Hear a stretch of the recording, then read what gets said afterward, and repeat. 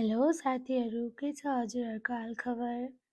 म चाहिँ आज बिहान हाम्रो एमाजोनबाट चाहिँ सामान आउनुपर्ने थियो अनि त्यो लिनलाई चाहिँ त्यो सामान लिने ठाउँमा गयौँ, तर त्यहाँ हाम्रो सामान आएको थिएन। त्यसपछि हामीले चाहिँ एउटा सानो कामले चाहिँ बाहिर जानुपर्ने थियो अनि बाहिर जाँदा चाहिँ इन्टरस्टेट हुँदै जानुपर्ने थियो।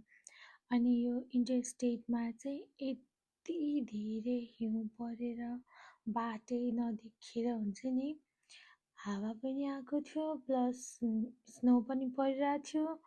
अनि त्यो गाडीहरूले पुरै धुवा होइन स्नो उडाउँदै हिँडिरहेको थिए।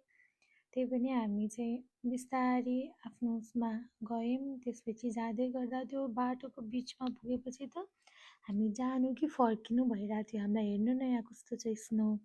अझै उता अगाडिको ट्रकले त यति धेरै स्नो छिटाइदियो गाडीको सिसामा। त्यही पनि हामी अल इज वेल भन्दै जाऊँ, बिस्तारै जाऊँ, अब आधी बाटो आइसक्यौँ भन्यौँ। त्यसपछि हामीले आफ्नो सामान रिसिभ गऱ्यौँ।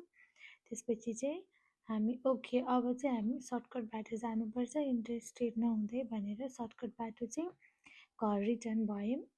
ल अब हामी हाम्रो स्विट होममा फर्क्यौँ। By by.